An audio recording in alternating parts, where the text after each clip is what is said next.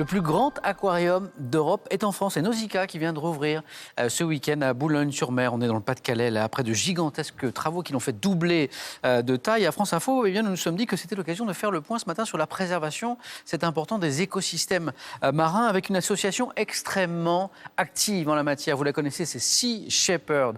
Lamia Essemlali est notre invitée ce matin. Bonjour. Bonjour. Merci d'être avec nous dans la matinale de France Info. Un mot peut-être de présentation de l'ONG pour ceux qui ne la connaîtraient pas. À la base, Sea Shepherd, c'est une ONG anti-braconnage, donc qui essaie de faire respecter les règles environnementales sur l'océan. Et ensuite, ça s'est développé vers beaucoup plus aussi de sensibilisation, de conférences, d'alerte du public sur le fait que l'océan est en train de mourir. Donc voilà. Et on va en parler ce matin. Et je précise, parce que je ne l'ai pas encore dit, que vous êtes présidente et la fondatrice de la branche française de Sea Shepherd. Alors, on va échanger ensemble sur le sort des animaux en captivité. Je parlais de Nausicaa à l'instant, ce grand aquarium. D'abord, revenons sur cette récompense que vous avez promise à Sea Shepherd, parce que l'annonce a été relevée par de nombreux médias. Annonce choc, 10 000 € pour quiconque apporterait des informations pour identifier les responsables de la mort de 3 phoques retrouvés, donc morts sur les côtes de la Côte d'Opale, c'est ça Oui, c'est ça. La plage du Touquet pour les 2 derniers. Voilà. En fait, il y a un collectif anti-phoque qui s'est développé dans le nord de la France qui milite pour que les phoques ne soient plus une espèce protégée. Parce qu'ils estiment que ça attaque trop les stocks de poissons. Ils estiment, en fait, ce sont des pêcheurs qui estiment que les phoques mangent trop de poissons. Voilà. Ce qui est assez ironique, puisque le phoque est un prédateur marin. Et puis surtout, un navire-usine pêche autant de poissons en 10 minutes qu'un phoque n'en mange dans toute sa vie. Donc on est plutôt dans une problématique de surpêche qu'autre chose. Les phoques sont des boucs émissaires, tout simplement. Du coup, il y a un climat anti-phoque qui est en train de se développer avec des actes donc, de cruauté, de destruction d'espèces protégées qui, pour l'instant, sont pas du tout punis puisqu'on n'a jamais pu appréhender les coupables. D'ailleurs, hier encore, on a retrouvé un cadavre de phoque décapité sur la plage de Petit Port-Philippe. Donc un quatrième phoque. Pourquoi une promesse de 10 000 €? Parce que vous estimez que les autorités ne font pas leur travail? Alors, en tout cas, je pense qu'il y a pas de volonté politique sur le sujet. Au contraire, les politiques sur la région sont plutôt du côté du collectif anti-phoque. Donc on a voulu surtout interpeller sur le sujet. D'ailleurs, ça a marché puisqu'on en a parlé. Oui. Il faut que les gens sachent ce qui est en train de se passer en France. Et on ne veut absolument pas que ce qui se passe notamment avec les loups et qui est inacceptable arrive avec les phoques, puisque c'est vraiment ça qu'on est en train de mettre en avant. Les politiques disent que les phoques sont les loups de la Côte d'Opale et qu'on a le droit de tirer les loups en France alors que c'est une espèce protégée. Il faut faire la même chose avec les phoques.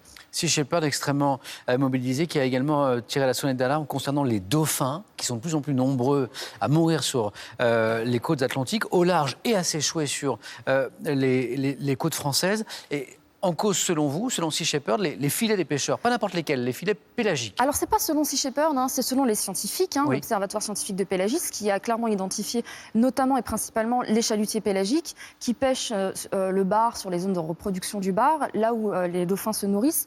Donc, ce sont des milliers, on parle d'une moyenne de entre 6 000 et 10 000 dauphins qui meurent chaque année sur la côte atlantique. Que ceux qu'on retrouve sur les plages ne sont qu'une partie. Ah oui, c'est à peu près 10% des dauphins qui sont tués. Alors, le problème principal, là encore, c'est la surpêche. On a des méthodes de pêche qui sont absolument pas sélectives, qui prennent tout sur leur passage. C'est des énormes entonnoirs qui prennent tout. Et le problème, c'est qu'on essaye de satisfaire une demande en poisson qui est trop importante. Le temps passe très très vite.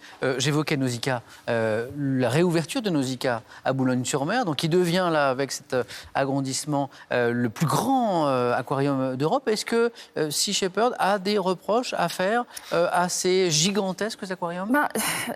Nausicaa, comme beaucoup d'aquariums, mais surtout Nausicaa, est une entreprise un peu schizophrène parce qu'ils prétendent faire de la conservation d'espèces, mais ils n'ont jamais relâché aucune espèce dans son habitat naturel. Ils disent aussi, je me suis penché sur leur discours, qu'ils tentent de sensibiliser l'opinion, les visiteurs, à la protection des écosystèmes. Alors, il y a une des principales menaces sur l'océan, c'est la surpêche, le fait qu'on mange trop de poissons. Et chez Nausicaa, depuis leur ouverture, ils ont servi plus de poissons aux clients dans leurs assiettes qu'ils ne leur en ont montré dans leur bassin. Vous parlez du restaurant? Oui, je parle de la cafétéria. C'est déjà une grosse contradiction. Et puis, on ne fait pas de la pédagogie auprès des enfants en faisant des spectacles d'otarie, par exemple. Là, on est dans le cirque.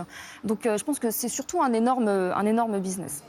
Et parlons juste à propos de Nausicaa, de la manière dont les poissons sont traités. Il y a à la faveur de cet agrandissement des requins. Il y a un requin marteau notamment. Est-ce que là aussi vous avez le seul survivant de plus d'une dizaine de requins marteaux qui ont été pêchés en Australie. Et je pense que c'est une espèce en danger d'extinction. Je pense que ces 10 individus qui sont morts pour ce projet d'exposition chez Nausicaa auraient été bien plus utiles dans l'océan. C'est le seul qui a survécu parmi tous les bébés requins marteaux. Parmi tous les bébés qui avaient été capturés ouais, pour cette attraction. Un mot aussi du Marineland d'Antibes, parce que Sea Shepherd a été très mobilisé contre les conditions de détention des animaux marins de Marineland. Où en est-on? On sait que le décret qu'avait pris Ségolène Royal pour interdire la reproduction des animaux marins dans un tel Marineland a été annulé par le Conseil d'État. Alors, il a été annulé pour vice de forme. Pour vice de forme.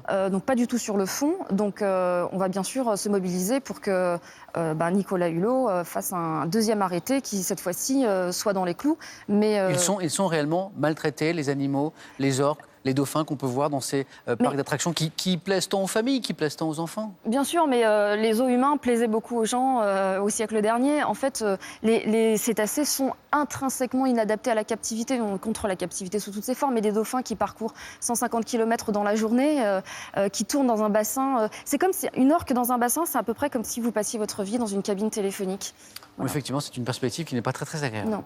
Un grand merci, Lamia Essemlaïn, de nous avoir rejoints ce matin sur France Info pour nous parler du combat de Sea Shepherd pour la préservation notamment des écosystèmes marins. Un coup d'œil à la météo aujourd'hui, vous allez voir que c'est assez changeant et variable. Puis un nouveau JT. Bon lundi à tous, bonne journée.